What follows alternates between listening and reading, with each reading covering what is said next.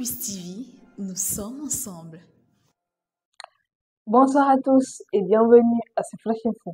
Présidentielle 2025, l'UPC de Robert Onipo renouvelle son soutien à son Excellence M. Paul Biya. L'Union des populations du Cameroun sous la bannière de Robert Onipo a affirmé son soutien à la candidature du président de la République lors d'un meeting tenu le 28 août 2025.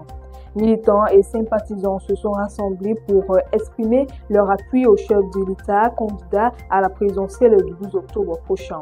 Les orateurs ont rappelé les liens historiques entre l'UPC et le Rassemblement démocratique du peuple camerounais, officialisé en 1990 à travers une alliance politique.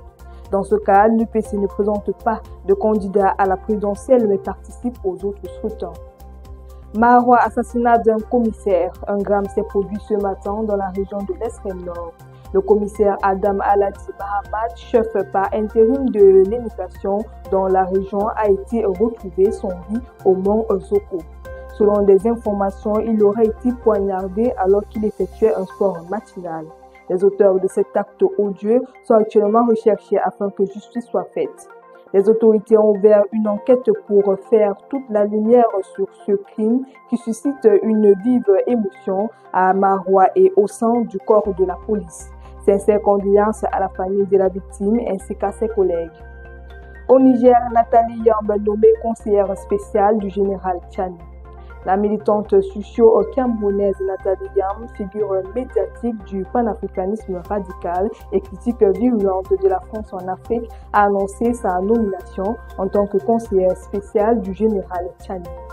Elle a également révélé avoir reçu un passeport diplomatique.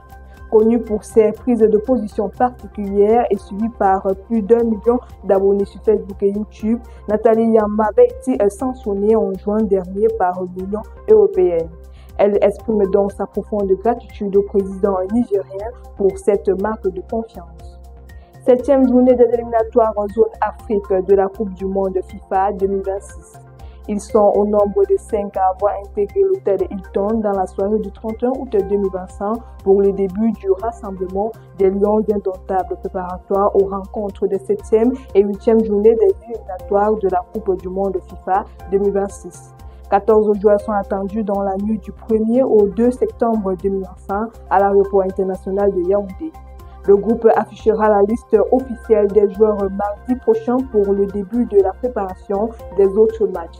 Et c'est tout pour ce point d'actualité, mesdames et messieurs. Merci de nous avoir suivis et restez connectés sur les antennes de Campus TV.